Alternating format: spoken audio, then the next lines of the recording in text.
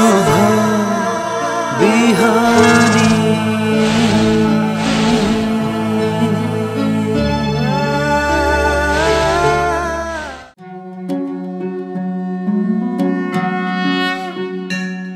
ओम ब्रह्मानंदं परमसुखदं केवलं ज्ञानमूर्तिं द्वन्द्वातीतं गगनसदृशं तत्त्वमस्यादिलक्ष्यम् एकं नित्यं विमलविचलं सर्वधि साक्षिभूतं भावातीतं त्रिगुणरहितं सद्गुरुं तं नमामि। अखण्डमण्डलाकारं व्याप्तं येन चराचरं तत्पदं दर्शितं येन तस्मै श्रीगुरवे नमः। समादरणीय संपूर्ण दर्शकवृन्द, प्रभातकालीन हार्दिक अभिवादन। इमेज च्यानल को शुभ बिहानी कार्यक्रम मार्फत हामी समुपस्थित भइसकेका छौं। श्रीमद् भगवत गीता को बारेमा हामीले निरन्तर विमर्श गर्दै आएका छौं।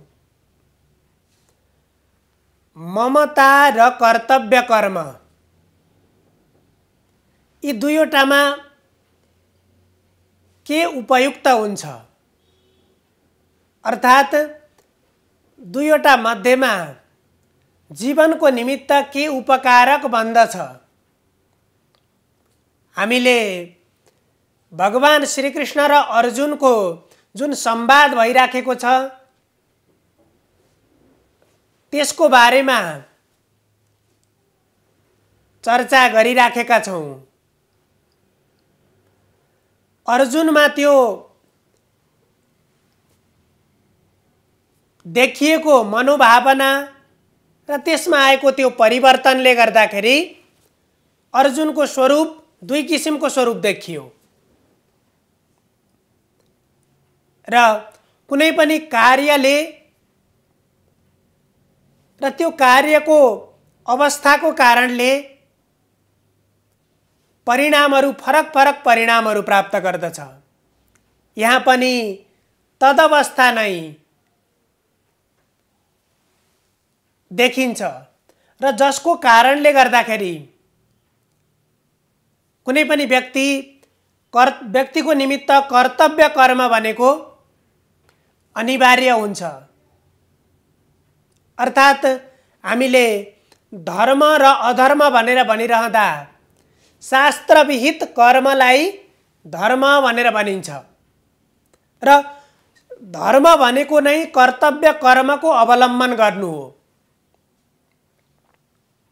एउटा सन्दर्भ जब त्यो महाभारतको युद्धको सन्दर्भ चलिराखेको थियो त्यति बेला द्रौपदीको मनमा एक किसिमको विचार उत्पन्न भएछ। अर्थात अब यो युद्ध भूमिमा उपस्थित भइसकेपछि दुर्योधन र हामीहरूको बीचमा जुन युद्ध प्रारम्भ हुने संकेत देखियो र त्यसपछि द्रौपदीले विचार गरिन्,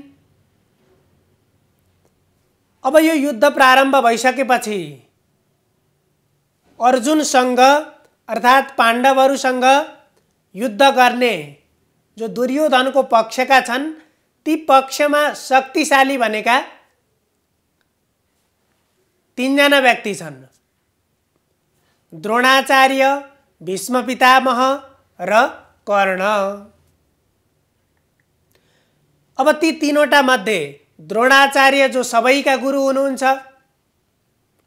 सबैका गुरु भएको हुनाले द्रोणाचार्यले पक्कै पनि त्यस्तो भेदभाव गर्नु हुँदैन। अर्थात द्रोणाचार्यले अर्जुनमाथि शस्त्र प्रहार गर्नुहुन्न, अर्जुनको हत्या पक्कै पनि गर्नुहुन्न। र त्यसैगरी भीष्म पितामह भीष्म पितामहले पनि कौरव र पाण्डवलाई फरक दृष्टिले हेर्नुहुन्न, किनभने उहाँको दृष्टिमा पनि कौरव र पाण्डवहरू समान थिए।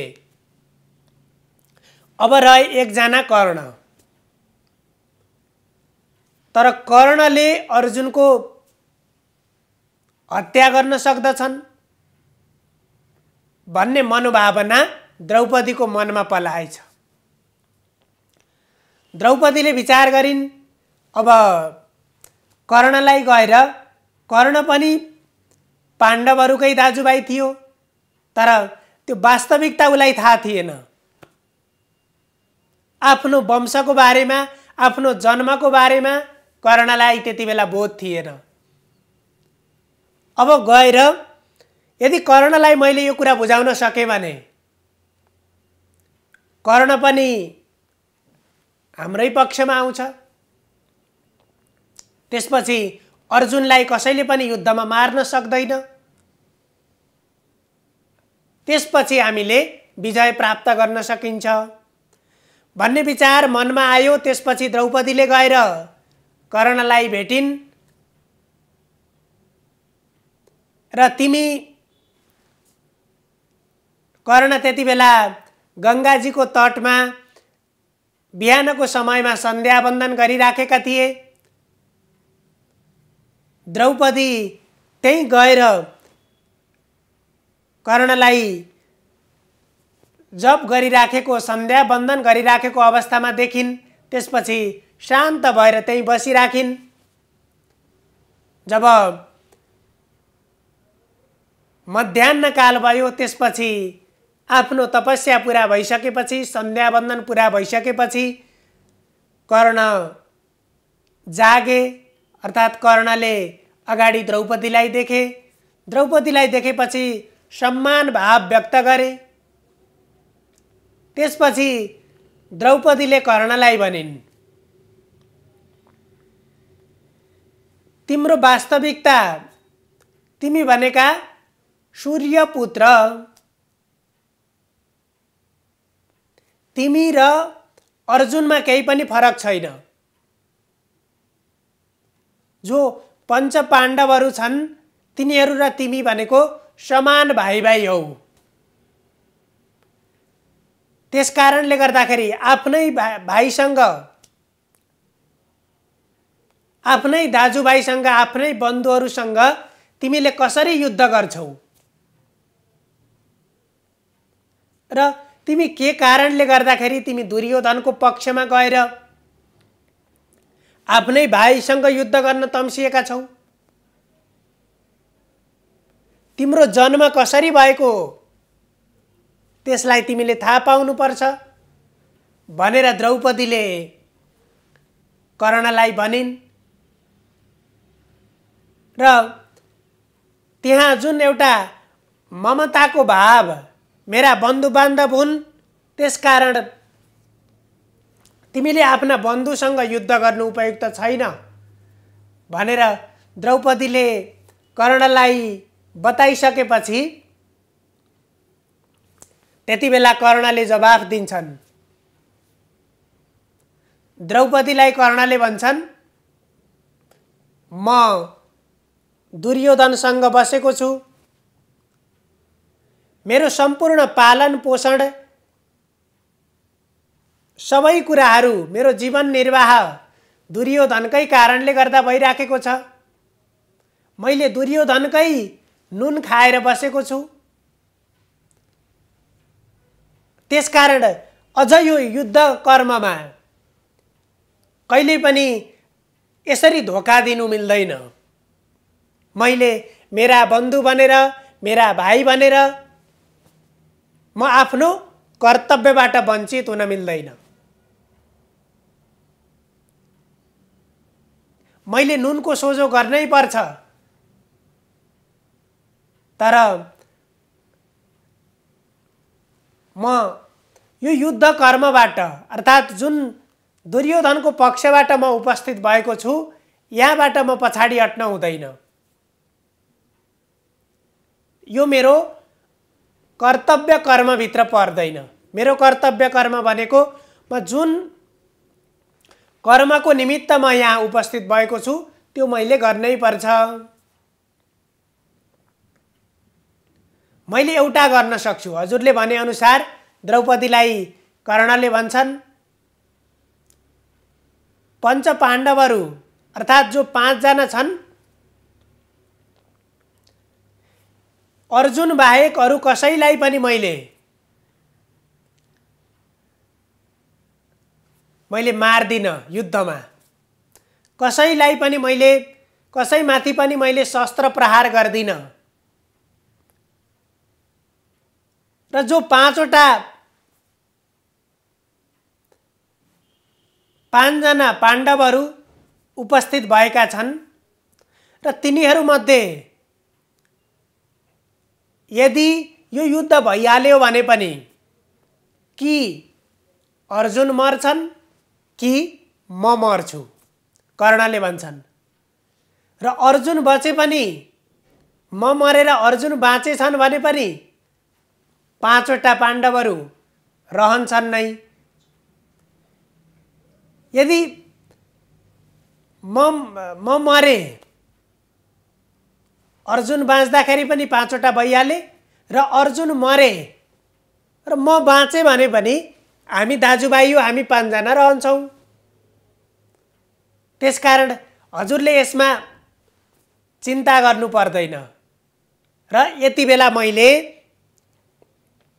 जुन द्रौपदीको मनोभावना थियो एउटा बन्धु बान्धव भएको हुनाले ममताको कारणले गर्दाखेरि तिमी युद्ध कर्मबाट पछाडि हट्नुपर्छ भन्ने जुन मनोभावना थियो, तर कर्णले के भने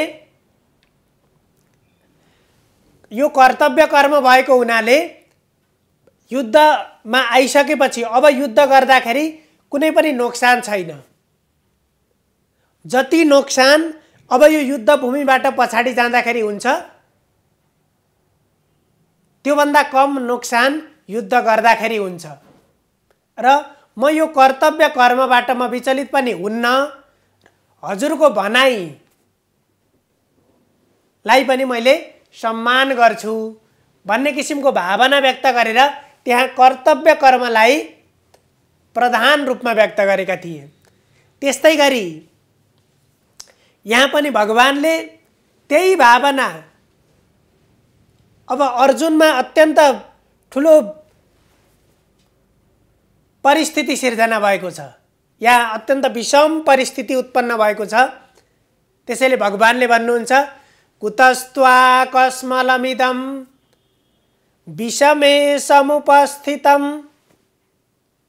अनार्य जुष्टम स्वर्ग्य मकीर्ति करमर्जुन। हे अर्जुन,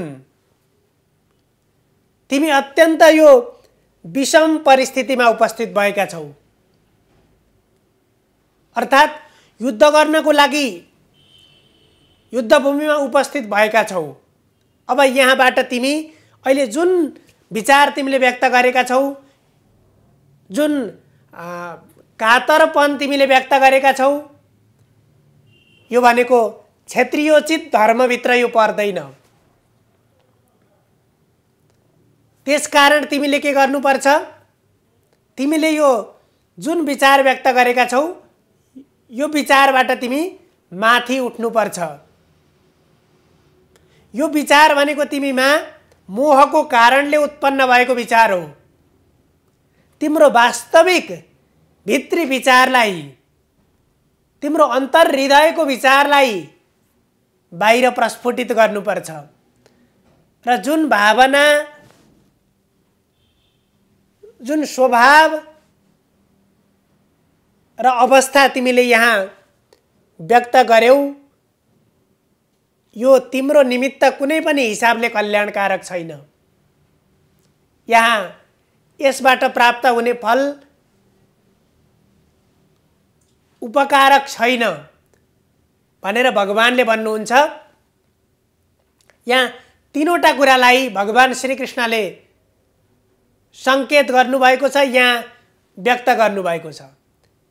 यदि तिमीले जुन हातमा भएको धनुषलाई भुइँमा फालेर त्यो उत्साहलाई परित्याग गरेर रथको बीच भागमा गएर तिमी जुन पन प्रस्तुत गरिराखेका छौ, यो अनार्य जुष्टम स्वर्गीय म कीर्ति करम अर्जुन।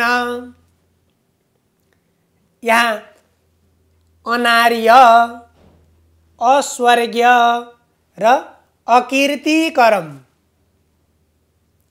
यो किन उपयुक्त छैन त भन्दाखेरि यो श्रेष्ठ काम होइन, उत्तम कार्य होइन। जो पनि संसारमा श्रेष्ठ व्यक्तिहरू हुन्छन्, ती श्रेष्ठ व्यक्तिहरूले अर्थात् बुद्धिमानी विवेकी व्यक्तिहरूले के को निमित्त काम गर्छन् भन्दाखेरि कल्याणको निमित्त काम गर्छन्। संसारमा 3 किसिमका मान्छे हुन्छन्, यहाँ भगवानले भन्नुहुन्छ। अत्यन्त विवेकी मनुष्यहरू, बुद्धिमानी मनुष्यहरू, जसले लौकिक विषय भन्दा पनि वास्तविक जीवनको कल्याणको निमित्त कार्य गरिराखेका हुन्छन्। उनीहरूलाई सानातिना सम्मान, प्रशंसा, चिन्ता, भय जस्ता कुराहरूले प्रभाव पार्दैनन्। ती अलिक विशिष्ट प्रकृतिका व्यक्तिहरू हुन्, जसलाई यी सांसारिक विषयले तत्काल त्यस्तो प्रभाव पार्दैनन्, किनभने तिनले यो संसारको यथार्थतालाई, हामीले आज जसलाई अन्तिम सत्य भनिराखेका हुन्छौँ, त्यो भनेर व्यवहार गरिराखेका हुन्छौँ, त्यसको कारणले हामीमा जुन जुन भावनाहरू पैदा हुन्छन्, जसरी हामीलाई प्रभाव पार्छ, त्यसरी ती व्यक्तिहरूलाई, जो कल्याण चाहने, मुक्ति चाहने व्यक्तिहरू हुन्छन्, तिनीहरूलाई त्यसले प्रभाव पार्दैन, जसलाई आर्य भनेर भनियो। आर्य भनेको, आर्य शब्दको अर्थ हुन्छ श्रेष्ठ भन्ने हुन्छ। हामीले अहिले यो गीताका विभिन्न सन्दर्भहरू हामीले परिचर्चा गरेका छौँ र यसको नियमित श्रवणबाट हजुरहरूलाई, दर्शकहरूलाई धेरै लाभ प्राप्त होस् भन्ने उद्देश्य हाम्रो रहेको छ। अर्थात् यो गीताको यथार्थतालाई बोध गर्न सक्नुहोस् भनेर हामीले यो प्रयास गरिराखेका छौँ। प्रवचन, विभिन्न प्रवचनहरू हुन्छन्, तर हामीले आफ्नो प्रवचन भन्दा पनि हामी शास्त्रमा आधारित रहेर, अहिले धेरै ठाउँमा धेरै किसिमका प्रवचनहरू, मान्छेका कुराहरू धेरै सुनिन्छन्, तर हामीले आफ्नो जीवनको लागि निर्णय आफूले लिनुपर्छ। त्यसको निमित्त सत र असत अर्थात् ठिक र बेठिकलाई छुट्याउने विवेक हामीमा रहेको छ। त्यसको निमित्त पनि हामीले पूर्णतया शास्त्रमा आधारित भएर हामीले हाम्रो कुरा भन्दा पनि,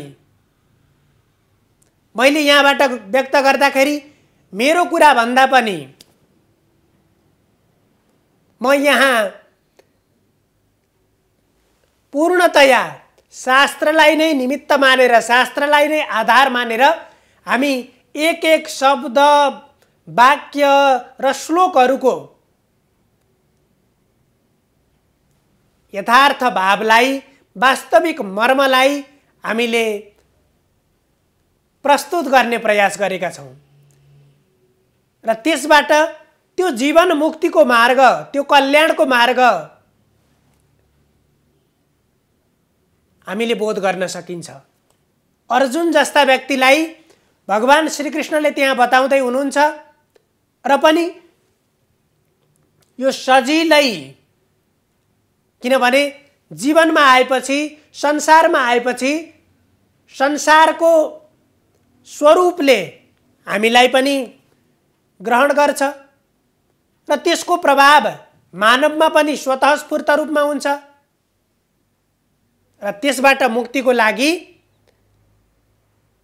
र त्यसको यथार्थ बोधको लागि हामीले जति पनि समस्या देखिराखेका छौँ हाम्रो जीवनमा, यो संसारमा आफ्नो मात्रै नभएर सम्पूर्ण मानव जीवनमा यदि जति बेला हामीले त्यो समस्यालाई बोध गर्छौँ त्यति बेला यी समस्याहरू सबै निमिट्यान्न भएर जान्छन्।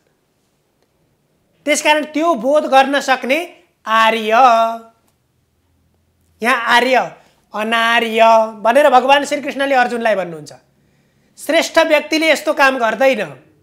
तिमीले जुन भावना प्रदर्शन गर्यौ यो अनार्य भावना हो। मैले अगाडि भनिसकेँ, आर्य भनेको श्रेष्ठ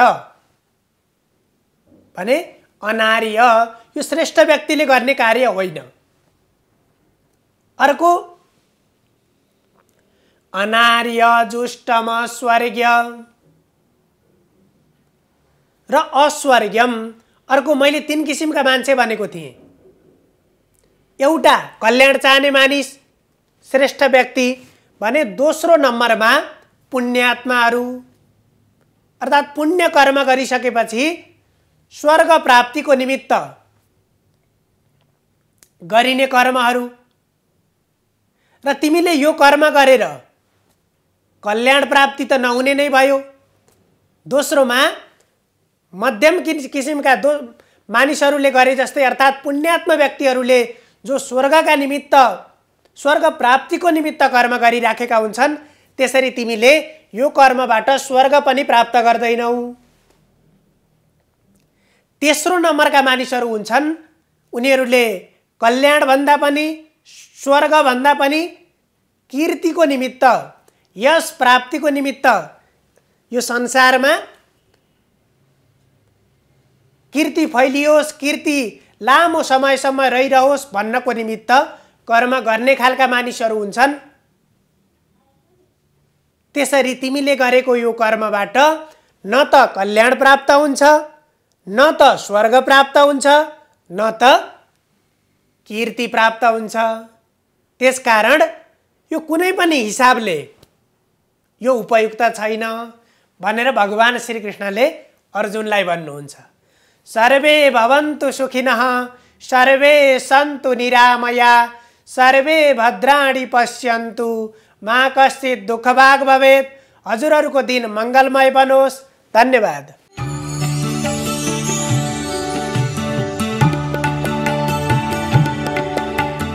नमस्कार, तपाईको आजमा स्वागत छ। सुरु गरौँ आजको पञ्चाङ्गबाट।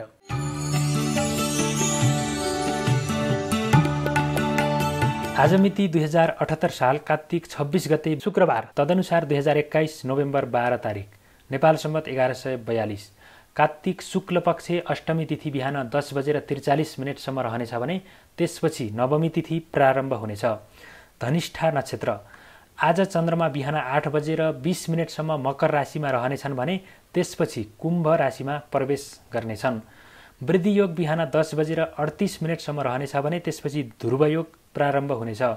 बवकरण बिहान 10:43 रहनेछ भने त्यसपछि बालवकरण सुरु हुनेछ। नेपालमा सूर्योदय बिहान 6:22 जाँदा भयो भने सूर्यास्त साँझ 5:12 हुनेछ। अब लागौँ आजको राशिफलतर्फ। मेष राशि।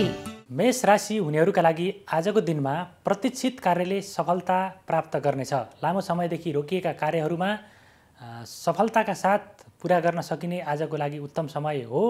त्यसै गरी नयाँ कार्यहरू प्रारम्भ गर्दा पनि आजको दिनमा गरिएका कार्यहरूले सफलता प्राप्त गर्न सक्ने योग देखिएको छ। पशु चौपाई भूमिबाट विशेष खालको लाभ प्राप्त गर्न सक्ने योग रहेको छ भने पारिवारिक सम्बन्धमा पनि प्रगाढता र सुमधुरता आउनेछ, मनमा शान्ति छाउनेछ। आजको दिन मेष राशिका लागि अत्यन्तै सकारात्मक रहेको छ। वृष राशि। वृष राशि हुनेहरूका लागि आजको दिनमा धर्म कर्ममा मन जानेछ। सामाजिक क्षेत्रमा गरिएको लगानीबाट आत्मसन्तुष्टि प्राप्त हुनेछ। सामाजिक सेवामा सक्रिय भइनेछ र समाजमा इज्जत प्रतिष्ठा र मान प्राप्ति हुने योग रहेको छ। त्यसैगरी सुखमा वृद्धि हुनेछ।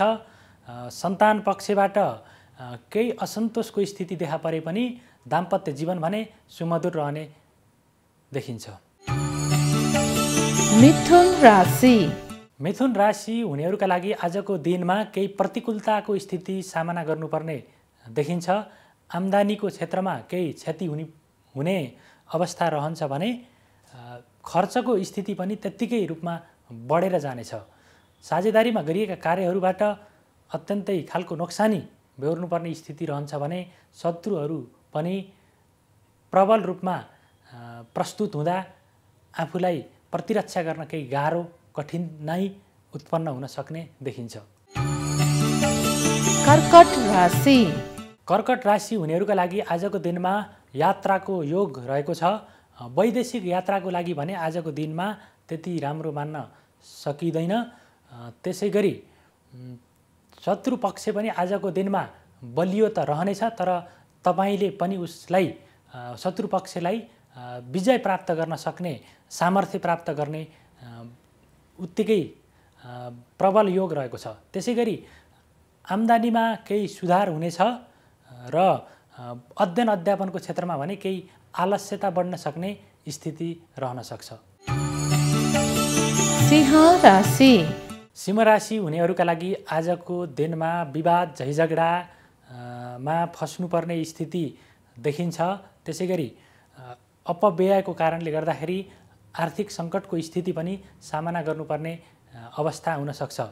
साथीभाइहरूले अपेक्षित रूपमा सहयोग गर्न सक्ने छैनन् र पारिवारिक वातावरण माहौल पनि केही बोझिलो हुन सक्ने स्थिति रहेको छ। स्वास्थ्यमा केही गिरावट आउन सक्ने स्थिति देखिएको छ। कन्या राशि कन्या राशि हुनेहरूका लागि आजको दिनमा प्रेम प्रणयमा सफलता मिल्नेछ। आय आर्जनको क्षेत्र प्रबल रहनेछ। खर्चमा अत्याधिक वृद्धि हुनेछ भने बोलीको प्रभाव बढ्नेछ। महत्त्वपूर्ण व्यक्तिसँगको भेटघाटले दिन सार्थक बन्नेछ र साँझ पख परिवारमा रमाइलो जमघट हुने योग रहेको छ। तुला राशि तुला राशि हुनेहरूका लागि आजको दिनमा कृषिजन्य उद्योगबाट विशेष लाभ प्राप्त गर्ने योग रहेको छ। त्यसै गरी पशु चौपायबाट पनि आजको दिनमा मुनाफा प्राप्त गर्न सकिने योग रहेको छ। स्वास्थ्यमा केही गडबडी हुन सक्छ, तर स्वास्थ्य सम्बन्धी समस्या केही छिनमै हराएर जानेछ। भाग्यमा अत्यन्तै सकारात्मक प्रभावका साथ भाग्यले काम गर्नेछ भने धर्म कर्ममा पनि मन जाने देखिन्छ। वृश्चिक राशि वृश्चिक राशि हुनेहरूका लागि आजको दिन केही प्रतिकूल भए पनि त्यो प्रतिकूलतालाई सामना गर्न सक्ने आत्मबल आत्मविश्वास जागृत हुनेछ।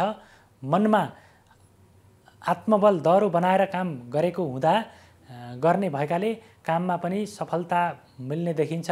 आय आर्जनको क्षेत्र पनि सफलतापूर्वक रहने देखिन्छ भने शत्रु पक्षबाट भने केही हानि क्षतिको अवस्था समेत बेहोर्नु पर्ने स्थिति रहेको छ। धनु राशि धनु राशि हुनेहरूका लागि आजको दिनमा बोलीको प्रभावले महत्त्वपूर्ण कार्य सफलताका साथ सिद्धि हुन सक्ने देखिन्छ।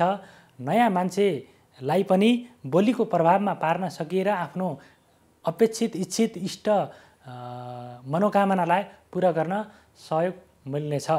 त्यसै गरी भाग्यबाट राम्रो सहयोग प्राप्त हुने हुँदा गरिएका कामहरूबाट अपेक्षाभन्दा बढी सफलता प्राप्त गर्न सक्ने योग आजको दिनमा रहेको छ। यद्यपि खर्चमा भने नियन्त्रण गर्नुपर्ने स्थिति देखिन्छ। मकर राशि मकर राशि हुनेहरूका लागि आजको दिनमा शरीरमा केही आलस्यता बढ्न सक्ने देखिन्छ।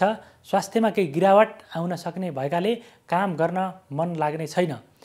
यद्यपि गरिएका कामहरूबाट भने गरेको जति परिणाम प्राप्त हुन सक्ने योग रहेको छ। यदि आजको दिनमा धेरै काम गर्नुभयो भने फल पनि धेरै प्राप्त हुन सक्ने योग रहेको छ। यद्यपि आलस्यताको कारणले त्यसमा केही अवरोधहरू आउन सक्ने योग रहेको छ। कुम्भ राशि। कुम्भ राशि हुनेहरूका लागि आजको दिनमा खर्चमा अनावश्यक वृद्धि हुने देखिन्छ। आम्दानीमा गिरावट आउने भएकाले आर्थिक सङ्कटको स्थिति सामना गर्नुपर्ने अवस्था रहेको छ। त्यसै गरी पराक्रममा कमी हुनेछ, शरीरमा उत्साहको कमी हुनेछ, मन चिन्तित हुनेछ र मित्रजनबाट भने केही खालको सहयोग प्राप्त हुँदा केही मनमा शान्ति छाउनेछ बेलुका पख। मीन राशि। मीन राशि हुनेहरूका लागि आजको दिनमा विभिन्न क्षेत्रहरूबाट धन लाभ गर्न सकिने योग रहेको छ। खर्चमा नियन्त्रण रहनेछ भने आम्दानीमा पनि अत्याधिक बढोत्तरी हुनेछ। सन्तान पक्षबाट केही चिन्ताजनक अवस्था देखिए पनि दाम्पत्य जीवन अत्यन्तै प्रगाढ रहनेछ। पारिवारिक सम्बन्ध अत्यन्तै सुमधुर रहनेछ र उद्योगजन्य कार्यहरूबाट पनि केही सफलता प्राप्त गर्ने योग रहेको छ। यो त थियो तपाईँको आज अन्तर्गत रहेर हामीले 12वटा राशिको राशिफल प्रस्तुत गऱ्यौँ। राशिफलमा शुभ अशुभ जे भने पनि सकारात्मक सोचका साथ इमान्दारिताका साथ कार्यलाई अगाडि बढाउनु भयो भने आजको दिन पक्कै पनि शुभ रहनेछ। तपाईँको आजबाट म पनि बिदा हुन चाहन्छु। नमस्कार।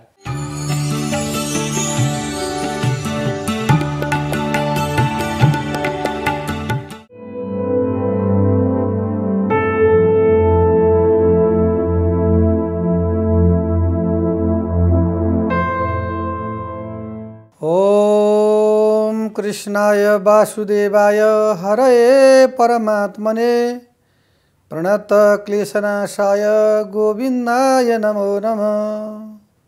नमस्कार, यहाँहरूलाई स्वागत छ ज्योतिष विधामा। आदरणीय सज्जन भक्तवृन्द, आजको विषय प्रसङ्ग लिएर उपस्थित भएको छु। गायत्री मन्त्र भनेको के हो र ज्योतिष शास्त्रमा गायत्री मन्त्र लाई कस्तो प्रकारको दृष्टिले हेरिन्छ र ज्योतिष शास्त्रमा ग्रह जप किन गरिन्छ, त्यो ग्रह जप गर्नाले कस्तो प्रकारको फल प्राप्त हुन्छ भन्ने विषयमा सविस्तार वर्णन गर्न गइरहेको छु। गायत्री भन्ने बित्तिकै हाम्रो मानस पटलमा हामीलाई थाहा हुन्छ कि माता, मातृशक्ति आमाको ठुलो महत्त्व रहेको छ। गायत्री मन्त्रका 7 विधाहरू रहेका छन् र 72,000 त्यसमा नाडीहरू रहेका छन् र गायत्री मन्त्र आमा भन्ने बित्तिकै वेदकी माता गायत्री माता, ऋग्वेद, यजुर्वेद, सामवेद र अथर्ववेद यी 4 वेदहरूका जननी भनेको नै माता गायत्री हुनुहुन्छ। र जसरी हाम्रो गौ माता, पृथ्वी माता, वेद माता र हाम्रो गीता माता, यी सम्पूर्ण मातृसत्ताले नै हाम्रो यो विश्व ब्रह्माण्ड ओतप्रोत भइरहेको छ। यसमा गायत्री मन्त्रको जपले गर्दाखेरि जुन हाम्रा 7 प्रकारका चक्रहरू छन्, त्यो मूलाधार चक्रदेखि लिएर हाम्रो ब्रह्मरन्ध्रसम्म जुन हाम्रा नाडीहरू खुल्दछन्, जबसम्म व्यक्तिको यी नाडीहरू खुलेका छैनन् भनेदेखि त्यो व्यक्तिलाई कुनै प्रकारको पनि ज्ञान हुन सक्दैन। र हाम्रा शरीरमा पाउदेखि लिएर शिरसम्म 72,000 नाडीहरू चलिरहेका हुन्छन्। हजुरले विचार गर्नुहोस्, गोलीगाँठामा नि नाडी छ, त्यहाँबाट अलिकति माथिल्लो भागमा नि नाडी छ। हर शरीरमा जोइन्टहरू छन् जहाँ जुन यो शरीरहरू चल्दछ त्यो सबै नाडीका क्रमले नै यस्तो प्रकारले चल्दछ। र नाडी सुषुप्त नाडी यसको सम्पूर्ण जडो र अन्तिममा यो गएर कहाँ जोडिन्छ भन्दाखेरि कण्ठ प्रदेशमा। जब व्यक्तिको निधन हुँदा पनि शरीरमा नाडीहरू चलिरहेका हुन्छन्। जब व्यक्तिको निधन भयो भने पनि धन्वन्तरी नाम गरेको सुषुप्त जुन नाडी हाम्रो शरीरमा 24 घण्टासम्म चाहिँ नि त्यो चलिरहने भएका कारणले यदि कोही बिमारी व्यक्तिको मृत अवस्थामा प्राप्त भयो भनेदेखि त्यसलाई चाँडै नै दाह संस्कार गर्दैनन्। त्यहाँ भेन्टिलेसनमा राख्छन्, अनेक प्रकारका उपायहरू गर्छन्। न त्यो नारी फेरि चाहिँ के त भन्दाखेरि फर्केर आउँछ कि भन्ने शास्त्रमा विधान गरिएको छ। र गायत्री माताको यस्तो प्रकारको शक्ति छ जो मन्त्र गर्नाले, तन्त्र गर्नाले, यज्ञ गर्नाले, हवनादि कर्म गर्दाखेरि, जुनै पनि कर्म गर्दाखेरि गायत्री मन्त्रको जप भएन भनेदेखि त्यसमा शक्ति हुँदैन। हामीहरूमा हाम्रो शरीर र हाम्रो मुख मण्डल दुई प्रकारको हुन्छ, एउटा भजनको, एउटा भोजनको। हामीले काजु, किसमिस, पिस्ता, बदाम खायौँ, मेकअप गऱ्यौँ, राम्रो भयो भनेदेखि त्यो खानुन्जेली र मेकअप गरुन्जेली मात्रै राम्रो। त्यसलाई हामीले पानीद्वारा धोयौँ भनेदेखि त्यो सम्पूर्ण मेकअपहरू जान्छ। त्यस्तै प्रकारले गायत्री मन्त्रको जपको शक्ति भनेको 72,000 नाडीमा यो सम्पूर्ण भित्री स्थानमा चाहिँ नि त्यसले देदीप्यमान शक्ति दिएर बसेको हुन्छ। र यो हाम्रो मानस पट्टलमा त्यसले यति ऊर्जा व्यक्त गरेको हुन्छ कि त्यो व्यक्तिलाई भोजनभन्दा पनि भजनको चाहिँ धेरै ठुलो महत्त्व रहन्छ। जसरी शास्त्रादि प्रकरणमा भागवतमा पनि वर्णन गरिएको छ, जसरी बालखिल्द नाम गरेका ऋषिहरू जसरी आफ्नो योग, तपस्या, समाधिद्वारा शरीर त्यक्त गर्दछन् र ऋषिमुनि माथिबाट वायु वेगले यस्ता प्रकारले जब चल्दै जाँदाखेरि जब त्यो विमान आपसे आप तल खसेर आउँछ। किन भन्दाखेरि यो भागवतमा यसको चाहिँ नि नारायण कवचको वर्णन गरिएको छ। यया गुप्त सहस्राक्ष सवाहन रिपु सैनिकान क्रीडनीय विनिर्जित्वा, यस्तो प्रकारले यसको वर्णन गरिएको छ। त्यो बालखिल्द नाम गरेका ऋषिहरूले नारायण कवच यानी गायत्री मन्त्रको शक्ति उहाँले धारणा गर्नुभएको थियो। उहाँले शरीरलाई के त भन्दाखेरि आफ्नो बल, योग, तपस्याद्वारा समाधिमा उहाँले शरीर त्यक्त गर्नुभयो। तैपनि ती हड्डीहरूमा भएका सूक्ष्म सुकेका हड्डीहरूमा भएको त्यो गायत्री मन्त्र, त्यो नारायण कवचको शक्तिद्वारा त्यो चित्रकेतु नाम गरेका राजा आफ्ना पत्नीका साथमा आकाशमा मनोहर पुष्प विमानमा चढेर उनी के छ त भन्दाखेरि विचरण गरिरहेका थिए।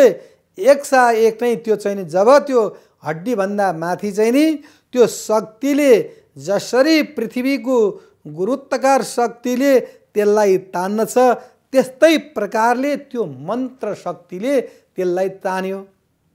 अनि जब उहाँले यसो हेर्नुभयो, हेर्दा वरिपरि केही पनि देखेन, केवल त्यो हड्डीहरू देख्नुभयो र उहाँले त्यो हड्डीलाई गङ्गा सरस्वती नदीमा प्रवाहित गरिदिनुभयो। र उहाँको विमान त्यहाँबाट उड्यो।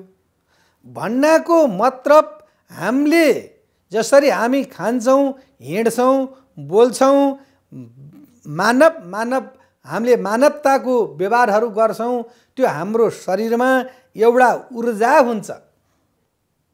त्यो ऊर्जा भन्ने चिज नै मन्त्र शक्ति हो। सुनिन्छ विश्वमा साइन्टिस्टहरूले यस्तो प्रकारको यन्त्रहरूको निर्माण गर्नुभएको छ जुन यन्त्रमा श्रोत्राकाश यानि सुन्नी आकाशबाट सुन्ने शब्दहरू र मुखमण्डलबाट व्यक्त गर्ने शब्दहरू जब त्यहाँबाट निक्लिन्छ, त्यो निक्लिएको शब्दका गुन्जामानले गर्दाखेरि त्यो यन्त्रमा भएको बत्तीहरू बल्छ अरे। त्यो धेरै त्यसमा चाहिँ हाम्रो चाहिँ प्रचलनमा चलिएका शब्दहरू, हाम्रा अनेक प्रकारका चाहिँ उक्तिहरू, भनाइहरू, वेदका मन्त्रहरू सम्पूर्ण यो त्यो स्थानमा प्रयोग भयो अरे। जब यो 24 अक्षरबाट निर्माण भएको जुन गायत्री मन्त्र छ, त्यो गायत्री मन्त्र त्यो स्थानमा जब व्यक्ति शुद्ध पवित्रद्वारा त्यो व्यक्तिले त्यो मिसिनमा छोएर त्यहाँ गायत्री मन्त्र शुद्ध पवित्रद्वारा प्रस्फुरित रूपले चाहिँ नि त्यहाँ भन्ने बित्तिकै त्यसमा जतिवटा त्यो मिसिनहरूमा बत्तीहरू बल्बहरू जडिएका छन् ती सम्पूर्ण बल्न लागे रे। किन भन्दाखेरि त्यो गायत्री मन्त्रको त्यस्तो प्रकारको शक्ति छ।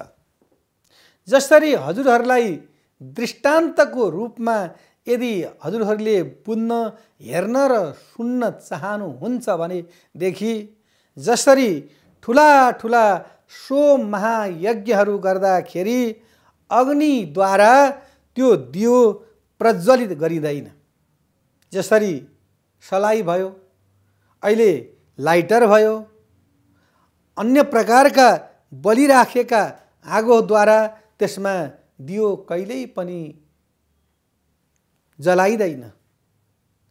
त्यसमा जो सत्यनिष्ठ कर्ममा बसेका जात विशेषका कुरा नलिएर आउँ, यहाँ जो प्रभु परमात्मा भगवानको भक्त छ, त्यसमा त्यो शक्तिवालाले जसले गायत्री मन्त्रको उपासना गर्न सक्छ, चाहे जो होस्, त्यो गायत्री मन्त्रको उपासना गर्न सक्ने जुन व्यक्तिले त्रिकाल सन्ध्या गर्दछ, त्यो व्यक्तिले अरनी यानी काठद्वारा मन्थना गरेर वेदका मन्त्रले जब उसले चाहिँ नि त्यो गायत्री मन्त्रद्वारा वेदका मन्त्र गर्दै त्यो अरनी मन्थन गर्दा, जसरी हजुर हामीलाई थाहा छ नि, पहिला हामीले मोही पार्थ्यौँ, घार र घुर्र गरेर ठेकीमा मोही पार्थ्यौँ, ओ त्यस्तै प्रकारले त्यो अरनी काठमा काठको चाहिँ नि मन्थना गरेर त्यसमा लता भनेका वृक्षहरूका त्यो चाहिँ नि साना साना जसरी बातुल पातेका लहराहरू हुन्छन्, जसरी नागबेलीका लहराहरू हुन्छन्, त्यस्तै ती चाहिँ नि औषधिहरूलाई त्यहाँ राखेर जब अरनी मन्थन गरिन्छ, वेदका मन्त्र चाहिँ नि त्यहाँ प्रस्फुरित गरिन्छ र गायत्री मन्त्र त्यहाँ बोलिन्छ, त्यसद्वारा अग्नि प्रकट्य हुनुहुन्छ र त्यसै अग्निद्वारा नै त्यो यज्ञको दीपनारायणलाई प्रज्वलित गरिन्छ र त्यो कर्म समाप्ति हुन्छ। यो कहाँबाट सम्भव हुन्छ भन्दाखेरि यो वैज्ञानिक तरफबाट पनि यो सम्भव छैन। हुन त यहाँ वैज्ञानिक नै सम्पूर्ण कुरा उहाँले गर्नुभएको छ, उहाँलाई कुनै प्रकारको पनि त्यस्तो भेदभावना गरेको होइन, तर यो शास्त्रीय विधिद्वारा नै अरनी मन्थन गर्न सकिन्छ, अरू यन्त्र तन्त्रद्वारा यसको चाहिँ उत्पादन हुन सक्दैन। सुरुवातीदेखि नै ढुङ्गादेखि नै ढुङ्गा रगेर्दाखेरि अग्नि निक्ल्यो भनेदेखि हाम्रा मानव समाजहरूले चाहिँ हाम्रा परम्पराका हाम्रा चाहिँ नि मानव समाजहरूले त्यो कुरा थाहा पाउनुभयो। त्यस्तो हुँदाहुँदै चकमकद्वारा चाहिँ नि बन्न लाग्यो। त्यो चकमक कस्तो भन्दाखेरि त्यो केराको गुबाहरू, दर्शन ढुङ्गाहरू, रातो माटोहरू त्यसलाई बनाएर अनि ढुङ्गामा ढुङ्गा घोषिन्थ्यो। त्यो ढुङ्गामा ढुङ्गा घोट्दाखेरि त्यहाँबाट अग्नि प्रज्वलित हुन्थ्यो भनेदेखि त्यस्तो क्रम नगरिकन मन्त्र शक्तिद्वारा, गायत्री मन्त्रद्वारा, वेद माताको मन्त्रद्वारा जब त्यो अग्नि निकालिन्छ त्यो अग्निको ठुलो महत्त्व छ। कुनै मानव छ, कुनै जातिका छ, कुनै जातक छ, यानि पुरुष छ, नारी छ, तिनले आफ्नो राशि विशेषको यानि आफ्नो ग्रह विशेषको कुनै ग्रह लाग्यो भनेदेखि त्यो मन्त्र शक्तिद्वारा त्यो सम्पूर्ण ग्रहलाई चाहिँ नि मेटाउन सकिन्छ। जसरी हामीले नित्य कर्म गरेर गायत्री वेद मातालाई सम्पूर्ण शास्त्रकी आमा जननी भगवती माता, ती मातालाई सम्झेर हामीले गायत्री मन्त्र यदि जपना गर्छौँ भनेदेखि हाम्रा सम्पूर्ण दुःस्वप्नहरू, ग्रहहरू, दुष्प्रभावहरू, ती हाम्रा नेगेटिभ भाइब्रेसनहरू, नराम्रा हाम्रा चाहिँ नि मनमा कलुषित भावनाहरू त्यो दूर भएर जान्छ। त्यो शक्ति दिनेवाला भनेको गायत्री मन्त्र। फेरि गायत्री मन्त्र कसले जप्ने कसले नजप्ने भन्ने पनि हजुरहरूलाई दुविधा छ भने यसको भ्रम आजबाट त्यक्त हुन्छ। जसरी ब्राह्मणले जप्ने गायत्री, क्षत्रियले जप्ने गायत्री, वैश्यले जप्ने गायत्री, शूद्रले जप्ने गायत्री।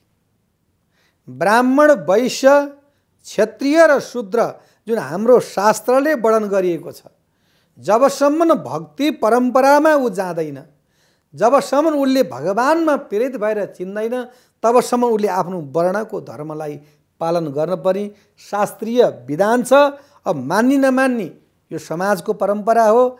र क्षत्रियले जप्ने गायत्री अलग प्रकारको छ, ब्राह्मणले जप्ने गायत्री अलग प्रकारको छ र शूद्रले जप्ने गायत्री अलग प्रकारको छ। र यसमा देवमाता वेदमाता गायत्री आमा हुनुहुन्छ। अब आमाकै भक्त, आमाकै सन्तानहरू नारीहरूले गायत्री मन्त्र जप्ने कि नजप्ने भन्दाखेरि नारीहरूले पनि गायत्री मन्त्र जप्ने। कस्तो प्रकारको मन्त्र जप्ने भन्दाखेरि आमाहरूको लागि अनन्त मन्त्र हुन्छ। त्यो अनन्त मन्त्रलाई उहाँहरूको गायत्री मन्त्र नै त्यही हो। हुन त आजको सन्दर्भमा घरमा त्यो घन्टी बेलदेखि लिएर हरेक समयमा ओम भूर यस्ता प्रकारले सम्पूर्ण प्रकारको गायत्री मन्त्र बजाइन्छ। गायत्री मन्त्र भनेको गुप्त हुन्छ। जब गुरुर ब्रह्मा गुरुर विष्णु गुरुदेव महेश्वर, गुरु भगवानले आफ्नो शिष्यलाई मुख कानमा लगाएर एउटा वस्त्र ढाकेर अनि त्यो प्रकारले त्यो गायत्री मन्त्र दिनुहुन्छ, त्यो मन्त्रमा शक्ति हुन्छ। त्यो मन्त्र गुरुको कृपाले दिएको गायत्री मन्त्र शक्ति हुन्छ। र जुन भोजन हामीले बनाइन्छ त्यो भोजन हामीले बनाइसकेपछि त्यो हामीले भोजन ग्रहण गर्छौँ, त्यो भोजन परमात्मालाई निवेदन गर्दछौँ। निवेदन गरिसकेपछि अनि त्यो भोजन हामीले ग्रहण गरिसकेपछि अनि त्यो भोजन लिएर गएर कसैले डस्टबिनमा हालिदिन्छ, कसैले रोडमा फ्याँकिदिन्छ। अनि त्यो भोजन पनि कुकुरहरूले, त्यस्तै मानसिक तनाव भएर अस्तव्यस्त भएका व्यक्तिहरूले त्यो ग्रहण गरेको हजुर हाम्रो आँखाले देख्न सकिन्छ। आखिरमा परमात्मालाई लागेको भोजन पनि प्रसाद हो, हामीले खाएको प्रसाद पनि त्यो पनि भोजन हो र त्यहाँ फ्याँकिएको पनि भोजन हो। त्यसकारणले गायत्री मन्त्रको पुरस्चरण गरिएको छैन। र यथा सडकमा घरमा गाइनी बजाइनी मन्त्र त हो, तर त्यही भोजन जस्तै त्यसको कुनै प्रकारको नि शक्ति हुँदैन। र गायत्री मन्त्रलाई भो बिहान भो दिउँसो भो बेलुका भो 3 आवृत्तिमा यसलाई जपन गर्न सकिन्छ। अब गृहस्थ श्रमिकको लागि भने यो सम्भव अलि हुन सक्दैन। जो ब्रह्मचार्यमा बसेका छन्, जो वानप्रस्थीमा बसेका छन्, जसले घरलाई सन्यास अवस्थामा छोडिसके तिनलाई भने यो सम्भव छ। र गृहस्थी छ भने पनि बिहानको गायत्री मन्त्र र सन्ध्याको गायत्री मन्त्र यदि चाहे जुन जात, जुन भाष, जुन भूषा, जुन व्यक्ति छ त्यसले जप्दैन, आफ्नो मन्त्र सिद्धि गर्दैन भने त्यो मनुष्यको मानवता हुँदैन। त्यसले जीवनमा कुनै प्रकारको पनि उन्नति प्रगति गर्न सक्दैन।